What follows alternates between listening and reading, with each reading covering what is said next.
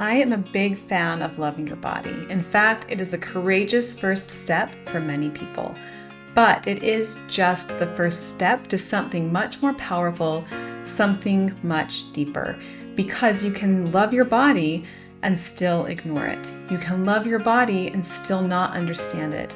You can love your body and still choose not to care for it.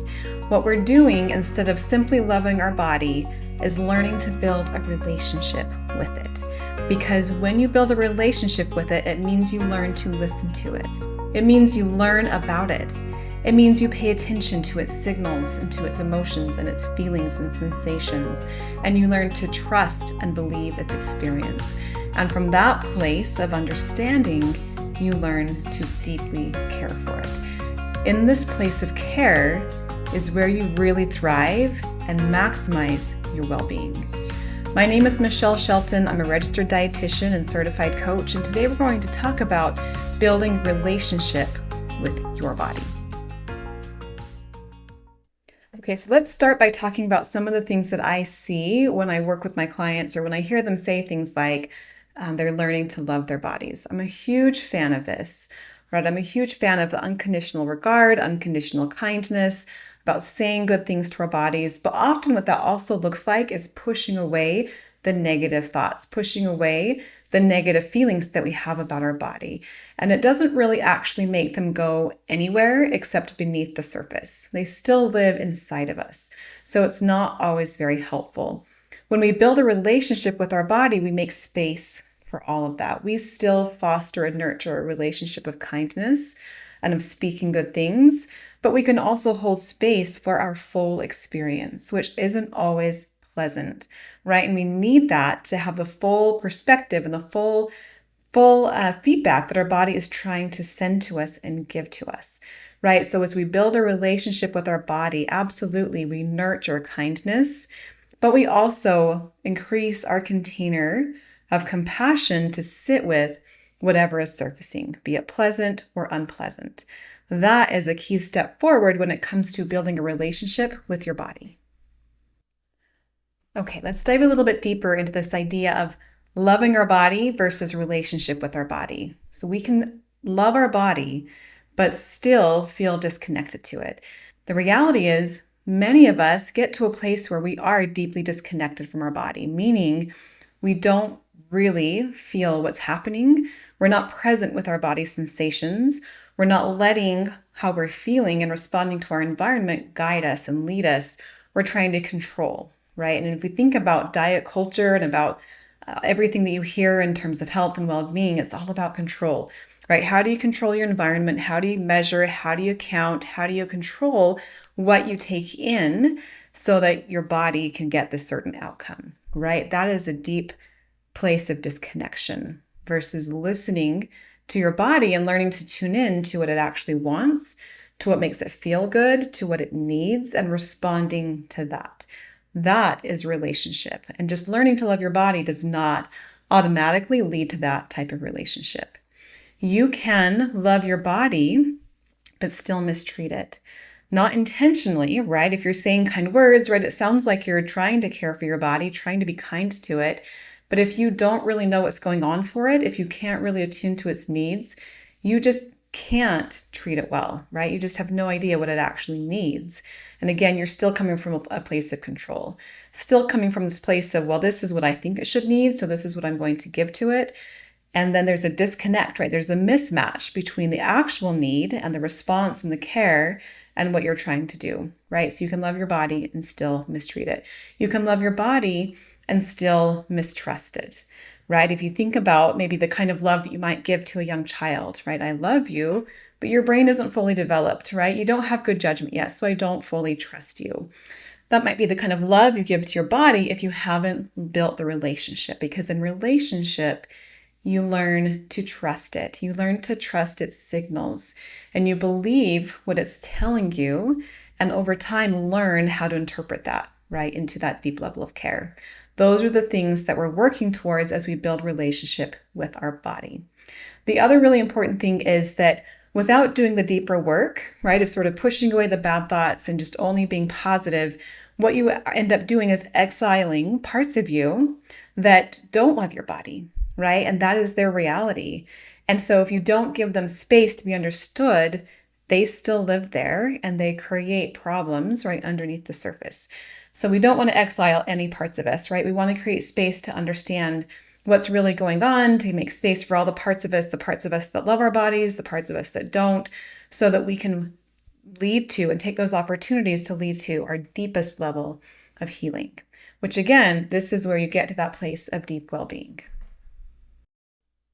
Okay, so then what does that mean? What does it mean to shift from learning to love your body to building relationship with your body? The three things we're going to focus on today are learning to listen to it and learn about it. That's the first one. The second one is learning to trust it. And the third is learning to care for it. Those are the skills that we're going to build. And the first one is the foundation of all of the work, learning to listen to it and learn about it. These are just fundamental skills, right, that help any relationship thrive. Listening to the other and learning about them, building trust with them, and learning how they want to be treated in that relationship, right? Those are just good skills and principles of relationship. We're applying those same principles now to your body. Okay, so let's first talk about listening. Listening to your body. What does that look like? First of all, it looks like tuning into sensation. Your sensation is your signal of what your body is experiencing in this moment, right? So noticing, what are your energy levels? Where is energy more active in your body? Where is it less active in your body? Where might there be any tension? Where is there pain or discomfort? Right? Where is there tightness? Where is there relaxation? Right? Just noticing the sensation that's actually happening in your body. You're just beginning to tune into your experience. You're being present with your experience in this moment. You're also tuning into emotion, right? Noticing what emotion might be in your body in this moment, right? Where do you hold that emotion, right? Do you hold it in your heart? Do you hold it in your gut? Do you hold it more in your head, right? And just noticing, again, what your body is experiencing and what it's holding.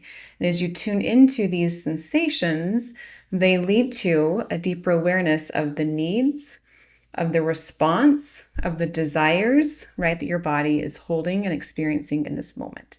And this is important. This is important for any relationship, right? As you receive these inputs, right, as you listen, you receive them without judgment. We're not making them right or wrong. We're just noticing what feels true to your body in this moment. We're noticing what it is experiencing without labeling it right or wrong or good or bad, right? We're just letting it be true. Noticing it and receiving it. This is what it means to learn about your body, right? You are learning about its experience. You're learning about how it responds when you get this amount of sleep versus that amount of sleep. You're learning about how it responds when you eat this food versus that food. You're learning how it responds when you eat multiple meals a day or one meal a day, right? You're learning how it responds when you move your body this way or that way. All of that is really important feedback that you're not judging, you're simply receiving so that you can tune into what your body needs and how your body thrives, right? That is what it means to learn about your body. And from here, you can begin to cultivate that deep wisdom. This is where you get that wisdom that guides your best action, that leads to your best well-being and your best self, right? You're cultivating that wisdom, not from the things you read from a book or best practice or, that the checklist, but with clarity about what your body actually needs, because that's what your body told you, right? You're listening and learning about your body. Okay, the next principle in building relationship with your body is cultivating trust. And this is a very, very hard step for many people because we have built years and years of relationship where we did not trust our bodies, right? Where we didn't treat it well, we didn't trust it, and we sort of built this narrative that I'm working against my body, I'm fighting my body, right? That I have to control my body. And shifting into a place of trust can feel a little scary. So if that feels true to you, that's totally okay and it's normal. And you just step into it slowly and gently. And these are the things that you'll practice to cultivate that trust. First of all, you're going to lead with curiosity. So curiosity comes into a place of being present with the experience versus having the answer. We listen, right? And instead of knowing, we are open to experiencing, right? So we want to lead with curiosity and really experience what's going on with your body. That's the first thing you're going to do, the first thing you're going to practice. The second thing is to begin to believe your body. You're going to begin to believe it. So a really good example of this is hunger. So many of us don't believe or trust our body when it tells us that we're hungry because we believe it leads to overeating, right? So we've disconnected and disbelieved, and we don't trust that response and that signal. And we're going to begin to actually shift that, right? That if it's expressing hunger, it probably is hungry.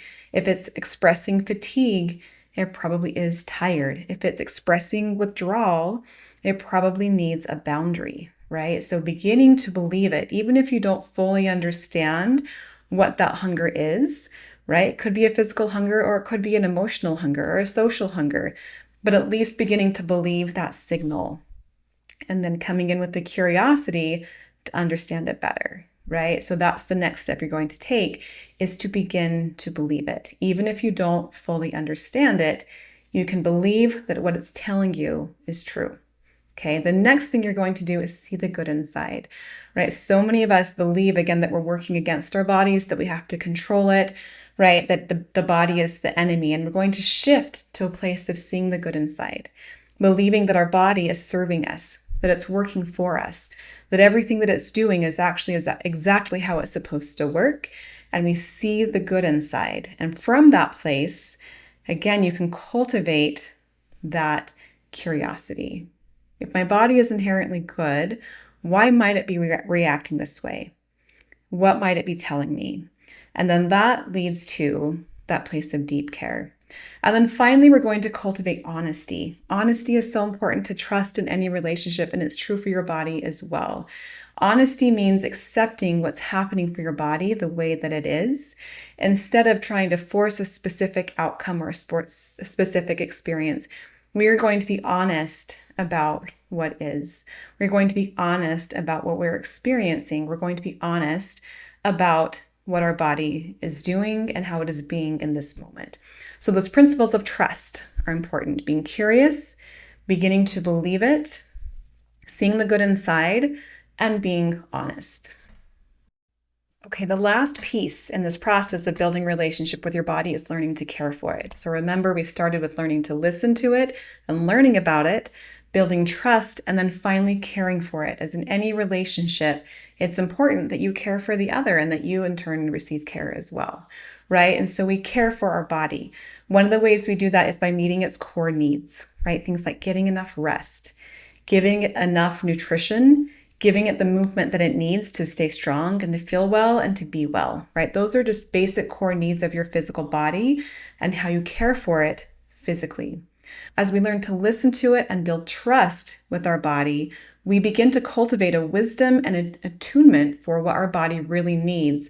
And then when we're caring for our body, we're caring to it from that place of response, right? Response to the needs that it is expressing. That's the deepest, most satisfying level of care.